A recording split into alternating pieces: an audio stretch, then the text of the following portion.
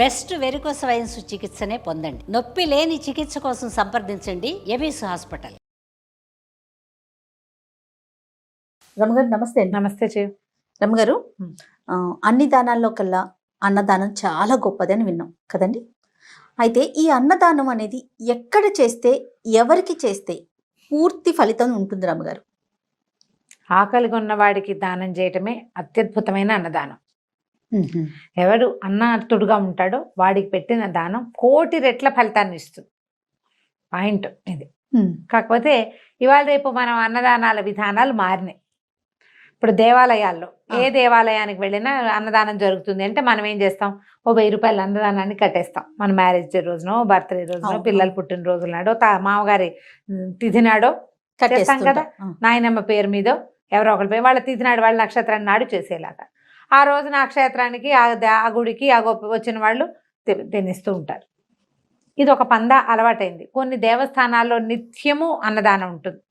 ఒక గురువారం ఓ శుక్రవారం కాకుండా నిత్యము భోజన సదుపాయం ఉంటుంది. గుడికి వెళ్ళిన ప్రతి భక్తుడు భోజనం చేయొచ్చు. ఆ వేళకి అంటే ఇప్పుడు అన్నార్తుడు అంటే అన్నం అస్సలు లేక అలమటించేవాడనే కాదు, వేళకి భోజనం. మధ్యాహ్నం 2 అయ్యేసరికల్లా భోజనానికి వెతుక్కుంటాము. ఏ ప్రాణైనా ఆహారపు వేళకి ఆకొన్నట్టే కదా. అంతే. ఆ వేళలో పెట్టినా కూడా భోజనం అన్నదాన ఫలితాన్ని ఇస్తుంది. 2ంటికి ఫుడ్ దొరకలేదు, 3 అయిపోయింది, ఎక్కడా దొరకలా, ఒక చిన్న కాకా హోటల్ కనపడిన అమ్మాయి అన్నదాత సుఖీవా అని అందులోకి వెళ్ళిపోతాం మనం. ఆ వేళకి పడిపోవాలి తిండి. సో ఆ ఫలితం దక్కుతుంది, అది కూడా మంచిదే. కాబట్టి మనం దేవాలయాల్లో కట్టేది ఇవన్నీ కూడా ఫలితాన్నే ఇస్తాయి. అయితే ఇప్పుడు దీని మీద ఏమిటి నీ ప్రశ్న? నా ప్రశ్న ఏంటంటే, ఇప్పుడు వినాయక చవితి ఉంది, ఏం చేస్తాం, సహజంగా ఒక రోజు అన్నదానం పెట్టుకుంటాం. అపార్ట్మెంట్స్ అయితే అపార్ట్మెంట్స్, లేదా అందరం కలిస్తే కుటుంబ సభ్యులు కావచ్చు, అందరూ కావచ్చు. లేదా ఎవరూ లేని వారికి మీరు అన్నట్లుగా అన్నం కోసం ఎదురు చూసేవారికి అన్నం పెట్టడం, ఆకలి కోసం ఎదురు చూసేవారికి. ఇక్కడ మనకి సేమ్ ఫలితం ఉంటుందా, అక్కడ ఉంటుందా అనేది నా అనుమానం. దానం అన్నం ఎక్కడైనా ఒకే ఫలితాన్ని ఇస్తుంది. ఒకటి ఎక్కువ సంతృప్తినిస్తుంది. సంతృప్తి మనకు అది కావాలి కదా. మనకు కావాల్సింది ఏంటి? సంతృప్తి. అంతే, మనకు సంతోషం. ఇప్పుడు ఏ అనాథ శరణాలయాల్లోనూ వాళ్ళకి భోజనం ఉంటుంది, కాకపోతే షడ్రసోపేతంగా ఉండకపోవచ్చు. ఆ షడ్రసోపేతమైన భోజనం పెట్టి వాళ్ళందరూ సంతోషంగా తిండి, అది చూస్తే మనకి ఎట్లా మనకు మనస్సు నిండిపోతుంది. మనకు కావాల్సింది అది. ఫలితం అంటావా, దాన ఫలితం ఒకటే రకమైన ఫలితం. చచ్చిపోతాడు, మన అన్నాన్ని తీసి పెడతాం ఒక్కొక్కసారి, అది జరుగుతుంది.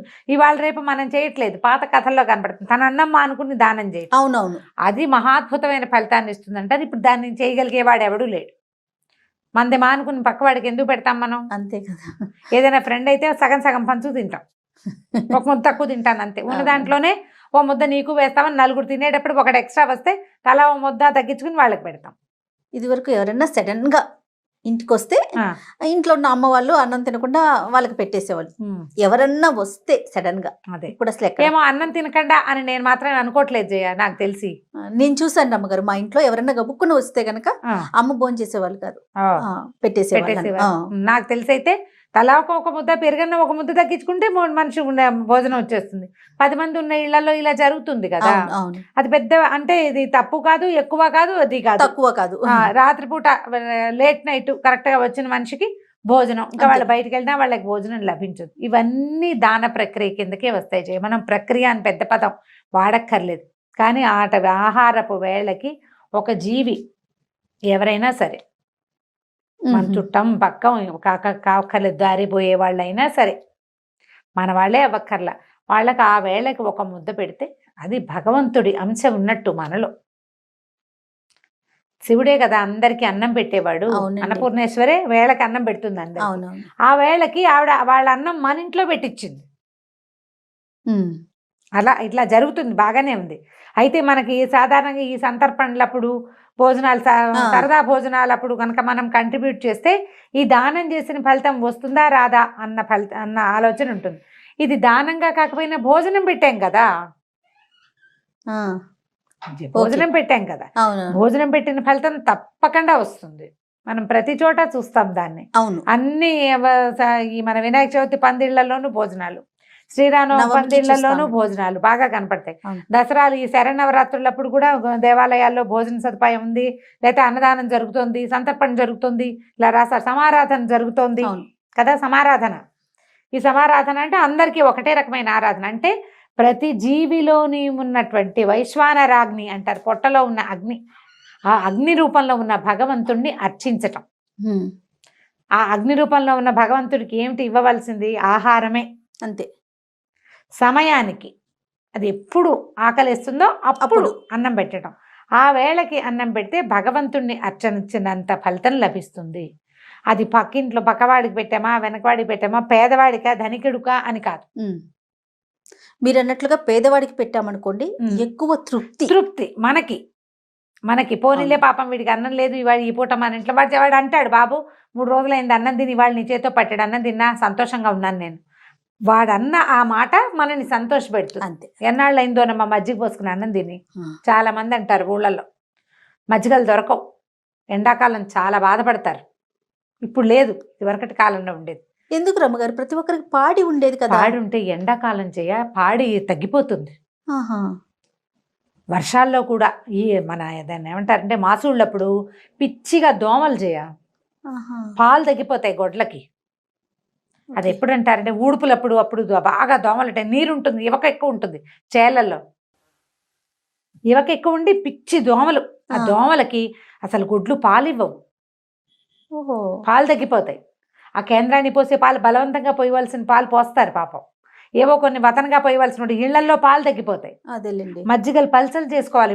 ఏమిటి బోల్డ్ అని గొడ్లుండే మా ఇంట్లో కూడా వచ్చేది, ఆహా. పెరగలేదు ఇవాళ మజ్జిగ ఎందుకంటే పాలు తగ్గిపోయినాయి అని అలా చెప్పేవాళ్ళు. ఓకే. ఇప్పుడు అలాంటప్పుడు ఎండాకాలం ఎవరిళ్లలో చెంబులు గిన్నెల నిండా మజ్జిగలు ఉంటాయి? ఉండవు కదా. మజ్జిగలు ఉండవు. మజ్జిగ పోసుకుంటే మజ్జిగ లేదు నాయన అని చెప్పేసేవాళ్ళు. చల్లంటే నీళ్ళగా ఉండేది. ఎన్నాళ్ళు అయిందమ్మా చిక్కటి మజ్జిగ పోసుకుని అన్నం తిని. అంటే ఇప్పుడు ఎండ వెళ్ళేటప్పుడు ఎవరైనా వస్తే ముష్టి వాళ్ళు వచ్చారనుకో, అన్నం పెట్టేవాళ్ళు. వాడు కొబ్బరి చెట్టు కింద కూర్చుని 2 బాదం ఆకులు కుట్టుకుని చక్కగా కూర పచ్చడి వేసుకుని, మా ఇళ్లలో పప్పులు ఎక్కువగా ఉండేవి, పప్పు ఎక్కువ, పప్పు కూర వేసుకుని అన్నం దీన్ని మజ్జిగ పోసుకుని, అబ్బా మజ్జిగమ్మా చిక్కటి మజ్జిగ ఏం గొడ్డమ్మా అని అడగటం. వచ్చి ముష్టి వాళ్ళు నిజంగా గొడ్లను చూసి అంటే ఈ పాలు ఇది అని తెలుసుకోవడం. మళ్ళీ గేదెలు ఉన్నాయమ్మా మన దగ్గర, పాలు చిక్కగా ఉంది, మజ్జిగ చిక్కగా ఉంది. అప్పుడు వాడి ఇచ్చే సంతోషం చూసావా, సంతృప్తి చాలా పెద్దది. అతని మాట చూస్తే చాలు మనకి. ఆ వచ్చిన వ్యక్తి హాయిగా అతను సంతోషంగా తిని, నేరేటి మీ చేత్తో తిన్నానమ్మా మళ్ళీ ఇప్పుడు వచ్చే అన్నం తినడానికి అంటే అసలు అది ఎట్లా ఉంటుందని కొండెక్కినట్టు ఉంటుంది మనకి. అనుభవిస్తేనే తెలుస్తుంది. ఈ మామూలుగా అందరం కలిసి భోజనాలు చేసేటప్పుడు మనకు అదొక క్యాజువల్ థింగ్గా ఉంటుంది, మనకు తెలియదు. మనం శరణాలయాల్లో అసలు అన్నార్తులుగా ఉండే వాళ్ళకి అక్కడ అన్నం పెడితే మనకు ఒక సంతోషం కలుగుతుంది. దానివల్ల ఏమవుతుందంటే మళ్ళీ చేద్దాం అనిపిస్తుంది. జయ, అవునండి, ఇంకా చెయ్యాలి ఇట్లాంటివి. అవును, పాపం ఇలా ప్రతిసారి చేద్దాం, ప్రతి పండక్కి చేద్దాం. మన వాళ్ళు ఎవరికైనా ఇక్కడ ఫలానా చోట వీళ్ళు కొంత చిన్న గ్రూప్ ఉంది, ఓ 15 మంది పిల్లలు ఉన్నారు అంటే మన వాళ్ళు కూడా అక్కడికి వస్తున్నారు అనుకో, అవన్నీ మనకి సంతోషాన్ని ఇస్తాయి. ప్రధానమైనది ఏంటంటే ఆత్మసంతృప్తి. నేను ఒక దానం చేస్తున్నా, ఒక మంచి పని చేస్తున్నా, ఒక సహాయం చేస్తున్నాను అనేది. ఆ తృప్తి కోసమే ఇలా ఈ పద్ధతిని ప్రవేశపెట్టారు మన వాళ్ళు. పాత పద్ధతి కదా ఇది. ఇక మెల్లిగా మనం అట్లా చేస్తుంటే ఏమవుతుంది, మనలాంటి వాడే వీడు కూడా వీడికి మాత్రం అన్నం ఎందుకు ఉండకూడదు అని అనిపించద్దు. అప్పుడు మనకి సహాయం చేసే గుణం పెరుగుతుంది.